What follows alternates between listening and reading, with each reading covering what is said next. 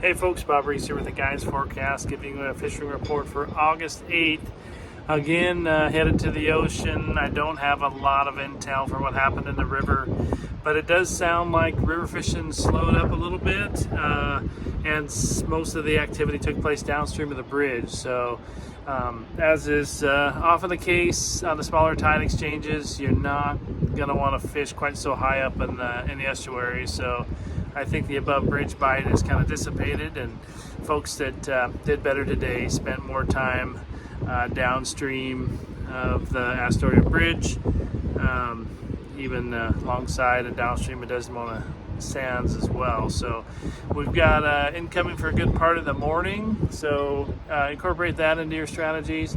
The weak outgoing tide is going to be good for downstream trolling for much of the late morning and early afternoon. And of course, one of the better opportunities, of course, today is going to be that last part of outgoing tide down low by buoy 11 or along the red line from buoy 14 to buoy 10. So yeah, I spent my time in the day in the ocean today. Folks know that I've been spending more time out there. It's just nice not to have to look for a fin clip there. So of the 6 kings that we harvested today, just one of them was wild, so we're getting plenty of hatchery fish out there, but there are a lot of Chinook starting to fall out there, so I'm going to be taking a close look at what the Ocean Chinook guideline is. We'll report on that on Thursday's Columbia River section for the Guides Forecast. But it's good Chinook fishing. There are people who are still catching them off the beach there, but I've been having my best luck on the green line there, starting around buoy 7 to buoy 3, and not spending too much time west of buoy 3 like most of the fleet is. So may want to consider sticking closer to shore there. And those fish are getting, our first pass is usually the best pass when you get out there. It's flooding in. It'll be well into about halfway into incoming by tomorrow, but I'm going to be in the river, not in the ocean tomorrow. So yeah, that green line's been fishing good for kings. The coho, we only got one coho today. I don't know where those coho are, but it's tough coho fishing out there, so there's going to be additional pressure on the Chinook stocks, which is going to have an impact on our opportunity out there in the salt. So again, nobody's getting them to the south. The red line, the coho just seem to be absent, so CR buoy and buoy 2 just really not a good option right now. The water where we had been catching those coho up to the northwest of the tip of the North Jetty, 66 to 90 foot of water.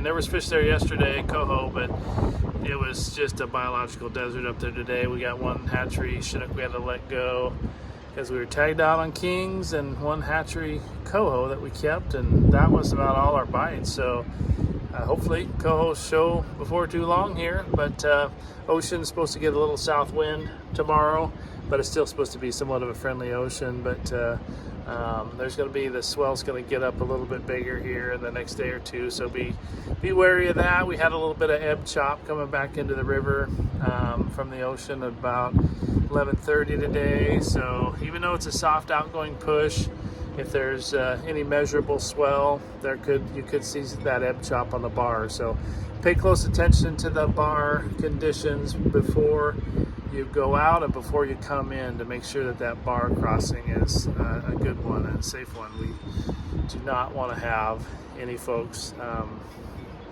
go down this year. It'd be nice year not to have that happen. So do feel free to view our free bar and ocean safety tech report, or webinar actually. That's free for folks. Log on to the website at theguidesforecast.com. Go to our webinars and look for the free one on ocean safety.